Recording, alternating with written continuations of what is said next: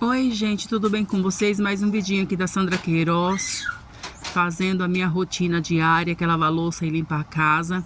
E hoje eu quero fazer um vidinho diferente para vocês, respondendo, gente, a pergunta de uma seguidora, que ela perguntou para mim qual foi os momentos que eu passei na minha vida de sufoco, de perigo, se eu já tinha passado algo assim.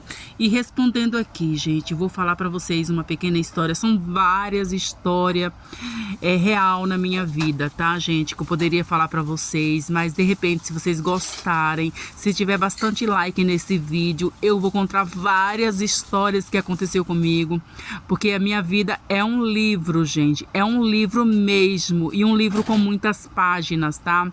Então quero contar para vocês hoje, gente. Na verdade, aconteceu assim, tá, gente?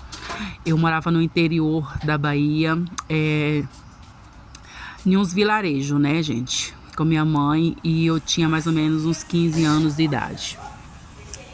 Eu ia pra escola todos os dias, e eu andava mais ou menos uns 12 quilômetros, mas a gente andava bastante em turmas, bastante alunos, né, gente? Então, gente, o que aconteceu? Quando teve um certo dia que eu saí, eu afastei um pouco do rebanho. Vocês já viram história, né? Que os animais, quando andam em rebanho, em bando, Quando os animais andam em rebanho, eles se tornam uma presa mais difícil, torna mais difícil para o predador, entendeu? E como eu estava sozinho, eu me tornei uma presa fácil, gente. Aí o que aconteceu? Eu passei, pulei a cerca, o rapaz passou de cavalo, eu achei que ele tinha ido embora. Quando eu estava lá pegando a goiaba, o rapaz chega perto de mim, com conversa, com audácia, com gracinha pro meu lado. Eu comecei a ficar preocupada, comecei a cortar ele, e ele começou a ficar agressivo comigo. Ele começou a ficar agressivo. Aí ele não queria aceitar, porque ele queria que eu aceitasse as gracinhas dele, ele queria assim, ele começou com cantadinha, sabe, gente? E eu era uma menina, assim, bem comportada. Nossa, eu não podia olhar nem pro lado. Se meu padrasto visse eu, pelo menos, olhar, gente do céu. Aí pronto, ele não deixava eu sair mais. Era perigoso até me bater, sabe, gente? Né? A coisa não era fácil, não. Gente, eu peguei e comecei a correr pra passar. Gente, mas quem disse que eu dava conta de voltar? Quem disse que eu conseguia passar a cerca de arame? Porque a cerca de arame, ele tem uns ganchinhos que fura. E quando eu tentava passar, gente, os meus livros caíam e eu tentava pegar. Aí eu tentava escapar dele e ele começou a jogar. Gente, eu tentava escapar dele e não conseguia. Ele começava a jogar pedras e, gente, ele jogava pedras, cada pedra grande que ele pegava. Gente, aquelas pedras passavam que fazia barulho perto do meu ouvido e eu desviava. Eu não sei, gente, foi por Deus, foi por misericórdia de Deus que nenhuma pedra daquelas, gente, nenhuma pedra daquelas pegou em mim. Eu tentava escapar e ele jogava aquelas pedra que passava numa velocidade, que fazia aquele barulho zum, meu Deus do céu. Gente, ele choveu de tanta pedra que eu não conseguia passar. Eu não conseguia passar mais, gente. Eu não tinha escapatório, gente. E eu tava ali já cansada, já me entregando já, sabe, gente? Eu tava me entregando. Eu não tinha como. Não tinha como me livrar daquela situação. Eu sozinha não ia dar conta, gente.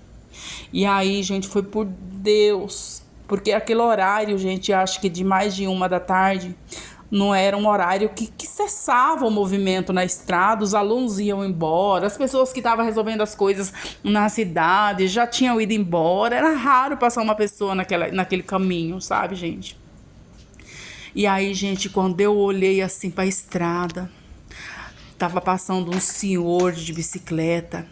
E ele viu, gente, ele observou, ele viu aquela agonia que eu estava vivendo, que eu estava tentando. Gente, imagina assim uma pedra daquela bate na minha cabeça e eu caio, eu desmaio.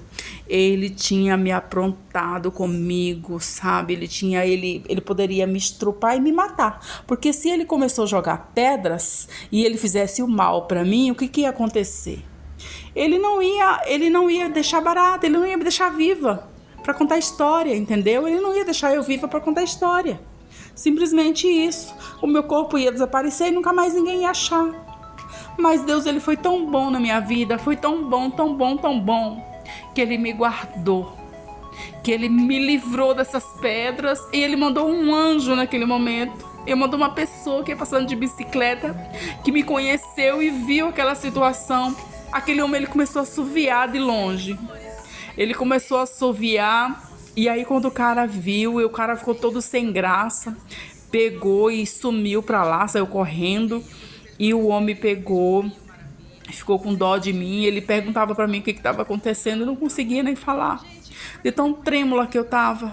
Eu tava tremendo e não conseguia falar o que estava acontecendo. Eu não sabia o que estava acontecendo. Sabe, gente? E foi uma coisa assim, tão triste, tão difícil. Porque eu tinha tanto medo do meu padrasto, gente. Eu tinha tanto medo. Meu padrasto era tão bravo. E o meu padrasto era tão bravo. E eu sempre evitava escândalo. Eu tinha uma vergonha tão grande de me envolver com briga, com escândalo, gente. E eu evitava qualquer coisa assim Porque o meu padrasto era daqueles que qualquer coisinha, ele pegava o facão, a faca, ou pedra, qualquer coisa. Eu cheguei em casa quietinha, gente. Eu não tive coragem de falar pro meu padrasto. Por isso que é ruim, gente, a pessoa ser rígida demais e a pessoa ter medo. A pessoa tem que temer, tem que respeitar, gente, mas ter medo não. E eu tive medo, gente, de contar aquela situação, o que aconteceu. Até hoje eu nunca falei pra ninguém, nem pros meus familiares, o que isso aconteceu comigo, gente. Mas eu não tive coragem de contar. Não tive, gente. Até hoje eu não contei, sabe? E eu tô contando isso aqui, gente, porque eu passei por essa situação. E a gente que vive em família, assim, é bom a gente ganhar a confiança das pessoas que moram em casa. Mas não com ameaça, não com medo. Porque quando a gente tem medo, às vezes a pessoa é ameaçada e a pessoa não tem coragem. Não tem coragem porque ele já tem medo daqueles escândalos, daquelas brigas, daquelas guerras. Tem medo do que pode acontecer. De repente aquela pessoa vai lá, mata o outro, derrama sangue. E aí, gente, a gente passa por essa situação. Essa situação pra mim foi muito difícil. Fora outras também que eu já passei, tá, gente? Então, isso... Ai, Deus, até dói no coração quando a gente fala, mas a gente só tem que agradecer a Deus, glorificar a Deus por tudo que o Senhor tem feito, né? Por esse grande livramento que o Senhor deu na minha vida, Pai. E que Deus abençoe a todos vocês que esteja aqui ouvindo. E se já aconteceu alguma coisa parecida com vocês, conta, né? De repente conta essa história pra mim, fala pra mim o que foi. De repente você quer também que eu fale, eu não sei. Mas eu espero que vocês tenham gostado e deixa o seu like, tá, gente? Deixa o seu like e eu vou preparar, gente. Eu tenho muitas histórias pra contar.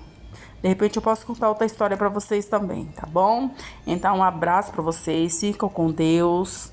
E que Deus abençoe e guarde todos vocês, todos os seus familiares, tá bom, gente? Que tenham um bom final de semana. Um abraço.